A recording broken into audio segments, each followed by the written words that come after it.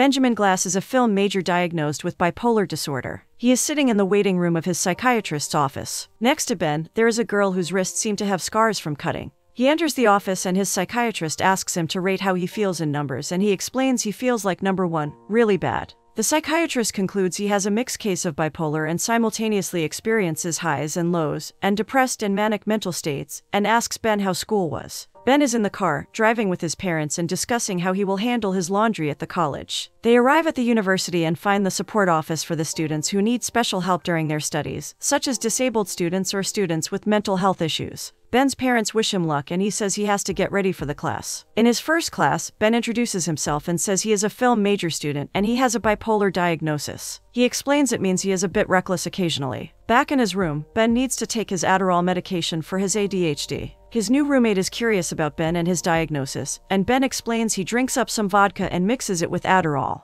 Ben is at the party with his roommate. The party has a dress code with different colors for those who are single, undefined, or in relationships. Ben tries to talk to 2 girls and they tell him their names but then quickly disappear to the toilet. Ben goes back to his roommate and they conclude it was a really awkward first talk. Ben's mom calls to see how Ben is doing and he tells her about the party. She offers to send him some red clothes so he can match the theme of the party. Ben is not thrilled by the idea and they end the conversation. Ben walks outside and meets a girl by the stairs. He stays with Daisy for a while and they smoke a and talk about Odysseus and how he must have had bipolar too. Daisy and Ben end up in her room. Ben explains about the effects of bipolar in a funny way. A bit later, Daisy says she needs to get up early because she has a debate club. She cites some of the sentences she learned at the club and Ben answers he doesn't understand any of it. Ben asks if he can sleep in Daisy's room and Daisy gets more serious and explains she needs Ben to leave now because they are not in a relationship. The following morning, Ben is at the film class. The professor is talking about their next assignment and explaining that the movie they make needs to express their truth. Ben excuses himself saying he doesn't feel well and leaves the class. Ben goes to his room and takes out all the pills he has. He sends a message to his roommate saying he will now be taking a lot of pills. Ben ends up in the hospital due to a medication overdose. The dean of the college comes to visit and find out what happened. Ben is reluctant to talk about his reasons for overdosing, and the dean asks him if he thinks he should take a break from college. Ben is determined to continue his studies. Ben is back at his room, putting his pills in the small boxes. Daisy comes by, who is worried about what happened to Ben.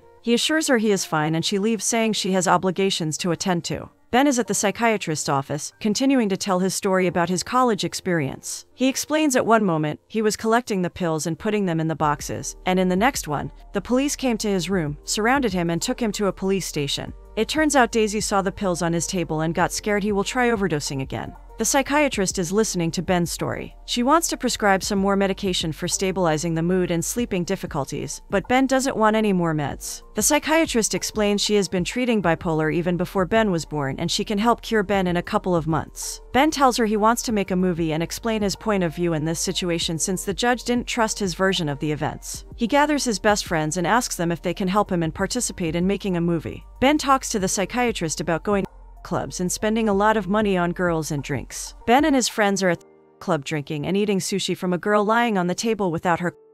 The guys are lifting their drinks towards each other, celebrating and enjoying the night. One of the dancers approaches Ben and asks him if he works in finance. Ben explains he is a film student. The dancer asks him a couple more questions in a flirty way and orders a drink for herself when the waitress comes by. Ben worriedly asks the waitress how much the drink costs. Ben goes in front of the club and tries to explain to someone on the phone his location so they can pick him up. Emma, a girl, comes out of the club, and a group of guys. The guys start teasing the girl, because they recognize her from the club. She was the one laying on the table, with sushi all over her. Emma tries to avoid the group and tells them she is a model and this was the first time she worked as a sushi model, but they surround her. Ben gets involved and threatens the guys to get away and not to talk to Emma like that. One of the guys tells Ben he clearly has anger issues and then they leave. Emma thanks Ben and starts walking away. Emma asks what he wants. Ben doesn't know how to answer the questions, and Emma gives him her card and reveals she is a filmmaker as well, and he will need to make a donation to find out what her movies are like. Ben is riding on the bus and watching one of Emma's artistic movies with Emma in the leading role. He seems to like the movie. Ben finds his roommate Griffin on the school grounds and asks him if he can be in the role of witness in his movie. He tells him about his plan to defend himself at the school appeal by making a movie about what happened during the weekend. Griffin seems reluctant but promises to stay in touch and help Ben out. Ben also talks to the professor who gave him the film assignment, and to one of the school staff members, who suggests being Ben's advocate. Ben is in the kitchen, talking to his parents about the movie he is planning to make, and they think it's a horrible idea. They are worried it might get him in trouble and everyone will think he is crazy. Ben gets upset and tells them to get him the lawyer for his hearing instead, but the parents refuse. Ben feels like they don't really listen to him. It's 3 a.m. in the middle of the night, and Ben is at his parents' home, taking a bath and listening to loud music. His parents wake up once they hear the noise, and continue arguing with Ben. Ben goes to his father's office to convince him about making his movie, but his father still doesn't agree with it, and he is busy talking to one of his acquaintances who got kicked out of the house by his wife. Ben and his father's friend end up leaving the office and opening up to each other and chatting about their troubles. Ben's parents are sitting at the psychiatrist's office and talking about their son Ben, who refuses to take the meds and who is currently experiencing bipolar manic phase. They are hoping the psychiatrist will convince Ben to start taking his medications again. While they are talking, Ben is laying on the couch and writing to Emma about her film that he liked. He wants to meet her later that day, and she tells him where she works, so he can come by later. Ben and Emma meet at a bar. He tells her he just came from the psychiatrist's office and he refuses to take his medications. He also says he told his psychiatrist he has some special powers, like not needing to sleep, being able to control the weather, and being able to run faster than the car. Emma is interested in hearing about his diagnoses, and Ben tells her he has a lot of them: bipolar, OCD, ADHD, borderline, all of them. Emma is not thrilled to hear Ben is not taking his medication, and she tells him she is unsure about the role in his movie, and she needs to go now and meet a guy. Ben is asking about the guy she is seeing, and Emma explains she doesn't want to talk about her regulars. They walk out of the bar and Ben accompanies her to her car. As they are walking, Ben finds the Paper Moon song on his phone and plays it to her. Emma doesn't want to admit it, but she enjoys the music and the whole scene. They say goodbye to each other. Ben is at the psychiatrist's office again, and he is now willing to take his medications. The psychiatrist is surprised by Ben's sudden change of heart, and he says it is because of the girl he met. He tells Dr. Holloway about Emma, and she is somewhat shocked to hear Emma is films adult movies. She tries to tell Ben she might not be dateable, but he disagrees and seems to be in love with Emma. Ben is at his parents' home, sleeping in the bed after a long period of sleep deprivation. His parents are relieved that he is finally taking his meds. Ben is talking to Monty in the garage about his script that he now finally finished. Monty says he knows a lot of famous directors, such as Scorsese or P.T. Anderson, but Ben seems to be as good as any of them. Monty suggests producing this film for him, and Ben loves the idea. Monty says they will need around $5,500 to finish the movie. Ben thinks Emma will be perfect for the role of Daisy. Monty is already thinking about the movie locations and says they can film some of the scenes in his garage. Ben accompanies Emma to her swimwear commercial work. Emma asks the photographer if it is okay if Ben stays during the photo shoot to watch, and the photographer agrees, as long as Ben is quiet. On their way home, Ben is so in love with Emma and taken by the moment that he asks her if she wants to marry him. Emma reminds him they have just met. Ben suggests meeting his parents, Nancy and Dave, and Emma agrees, since they are not getting married.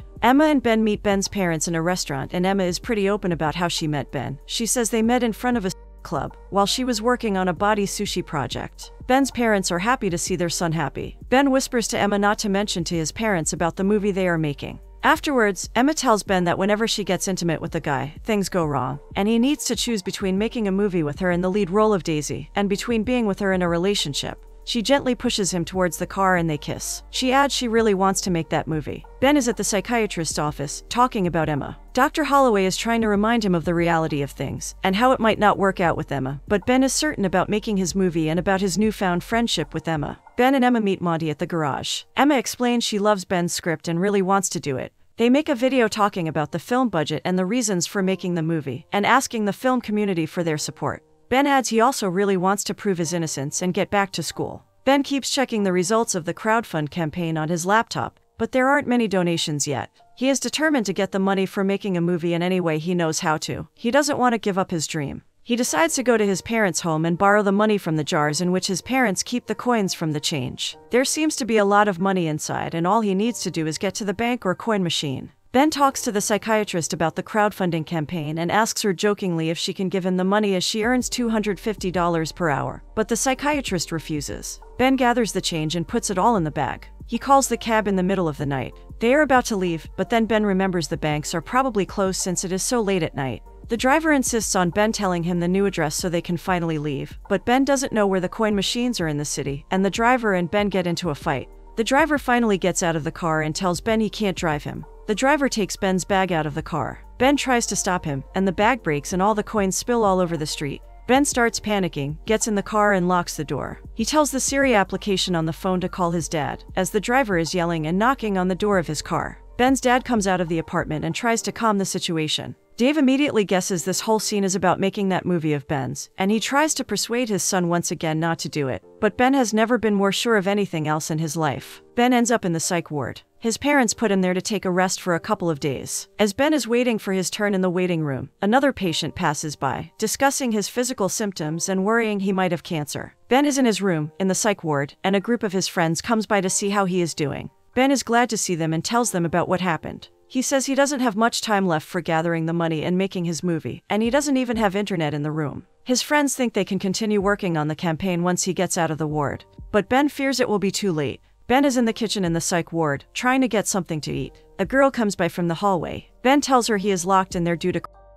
He then explains he tried to borrow some money from his parents and got caught doing it. The girl, Lindsay, explains her father put her there so she wouldn't embarrass him because he intends to marry her ex-best friend. They end up having a pleasant conversation and Ben shows her a trick he has learned in his previous visits to a psych ward. He takes out a card from his pocket and opens the door to the rooftop. They enjoy the view and continue talking for a while. Ben gets a visit in the psych ward from Monty and Emma. They still believe in him, but the time for gathering the funds is running out. Ben assures them they will continue making plans as soon as he gets out, and that he will try to solve this situation before the deadline. Ben tells Emma she is not wasting her time, and because he is a genius no one yet has acknowledged, he will get an Oscar-worthy performance from her. Ben says he feels in his heart that the money will come to him and the fates have chosen him to make this movie. Ben is by his computer, checking the results of the campaign. There are a couple of minutes left, and the money gathered so far is $500, and there still needs to be $5,000 gathered. 1 minute before the deadline, an anonymous person invested the rest of the money, and now it says goal completed on the crowdfunding website.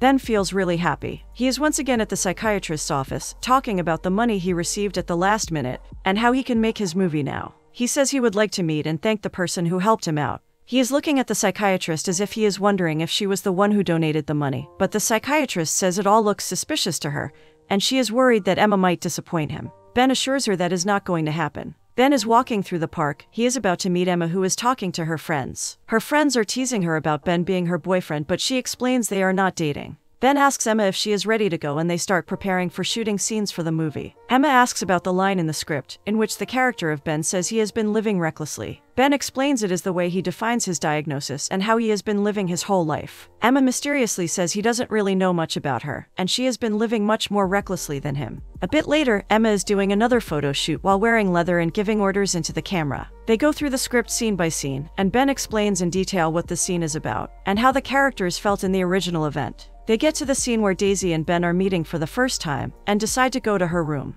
The scene is taking place in Monty's garage, and, as the crew is shooting the scene, Ben is playing himself, and he and Emma really get into character. Ben talks about Odysseus in front of the camera, just like he once told Daisy in real life, and he ends his talk by saying Odysseus too must have been on a manic high. Afterwards, Emma and Ben are at the cafe, celebrating the end of shooting of Ben's movie, and Emma shares her plans about going on a road trip to Los Angeles and plans to do some photo projects along the way. Ben says, if he wins in the hearing, he will probably be going back to school in spring. He also motivates Emma and tells her she should pursue an acting career because she was amazing in the movie. Emma and Ben are at her place. They are watching the movie that has now been edited and successfully completed. Emma says she really likes it. Ben asks if they should start dating and what she is doing tomorrow. Emma answers that she is going to the beach early in the morning, and she asks him to come along. Ben agrees and she suggests he should stay the night at her place. They drink a glass of wine. Emma changes her clothes and tells Ben he doesn't take her seriously. Ben talks a bit about his family and his father, and how he feels inspired by how his family has helped him through the years, and concludes the story by saying how he wouldn't be telling Emma this if he didn't take her seriously. They kiss and sleep together. The following day, Emma and Ben are at a cafe. They are discussing what to order for breakfast and they start arguing over it.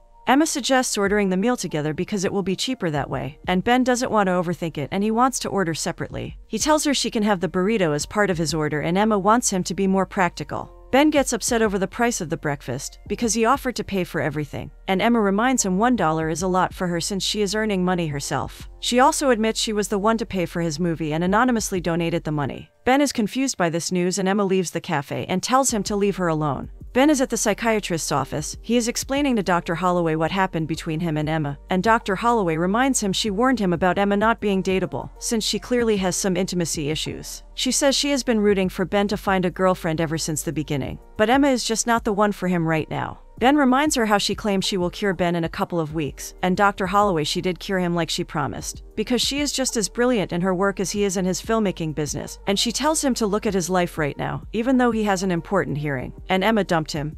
He is still feeling good and stable, and he is not reacting like he would in the past. Ben realizes she is right and he does feel better compared to before. Ben is on his way to his hearing. He joins the professors, the dean and the board members at the round table and they start discussing his case. The dean starts his talk by saying this student, Ben Glass, tried to commit. Ben tries to assure everyone that what happened was a misunderstanding, but the school board members aren't convinced yet. Ben asks the lady who promised earlier to be his advocate to act as his character witness and speak to the board about him. The lady agrees and tells everyone she has met Ben when he has first arrived at school. She concludes her speech by saying that, when it comes to Ben's mental health, Ben is a danger to himself and everyone around him. Ben is surprised by the lady's statement, but he thanks her. The dean asks him to now show his movie, and Ben proceeds to play the movie on his laptop. All the board members seem interested in the movie he made. As they are watching the scene about Odysseus, Ben changes his mind and decides not to play the movie. The dean is surprised that Ben doesn't feel like defending himself anymore. Ben explains that, no matter what he does, he will never be accepted by them in this college, so he sees no point in further explaining his case. He gets up and walks out of the room.